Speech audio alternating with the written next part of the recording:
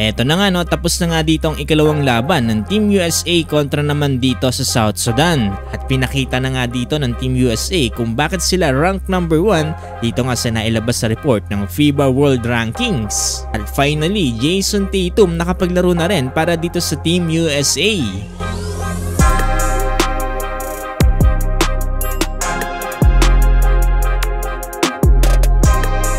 So tapos na ang laban dito kanina ng Team USA kontra dito sa South Sudan, kaninang madaling araw lang yan. At natapos nga ito sa final score na 103-86.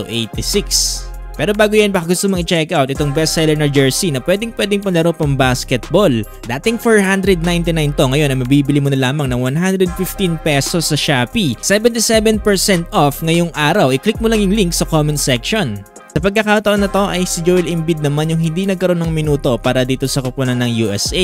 Dito nga pala sa naging laban na to, no, nanguna dito si Bam Adebayo with 18 points, 7 rebounds and 1 assist. Sa loob lamang niya ng 21 minutes of playing time, shooting 8 out of 10 from the field at 2 out of 3 from the 3-point line.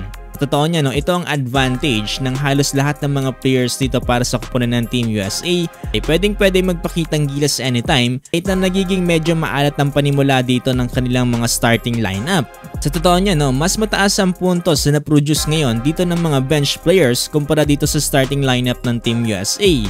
Sinusundan kasi dito kay Bam Adebayo ni KD with 14 points at Anthony Edwards with 13 points. Samantalang dito sa kanilang starting lineup, LeBron James ay nakapagtala ng 12 points at Stephen Curry ay 3 points lamang.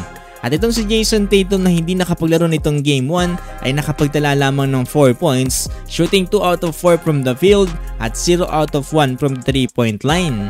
Pa kay Jayson Tatum, ang hindi pa nakapaglarong isang player na si Tyrese Haliburton ay nakapagtala naman ng 6 points sa loob lamang yan ng 8 minutes. Napaka-efficient yan para dito kay Haliburton. Sa kabilang banda, halos sa starting lineup lang dito ng South Sudan, nagmumula ang kanilang mga puntos. Talagang sobrang efficient din nila dyan dahil 4 ulit sa kanilang starting lineup ay nakapagtala ng double digits na pinapangunahan dito ni Omot with 24 points na sinusundan dito ni Jones with 18 points.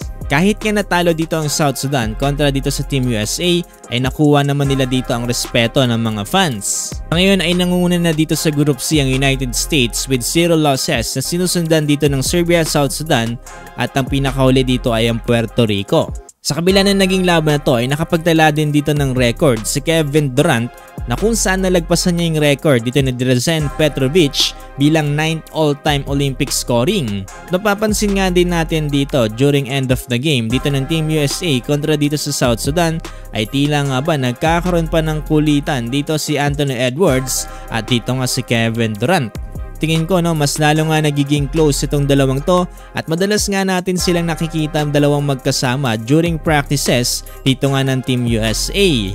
So yun, no, ang huling laban naman dito ng Team USA ay sa August 3, 11:15 PM dito kontra naman sa Puerto Rico. Ito na ang kanilang huling laban bago malaman kung sino ang aabante dito nga sa quarterfinals. At malamang at sa malamang ay ang United States ang aabante dito para sa Group C.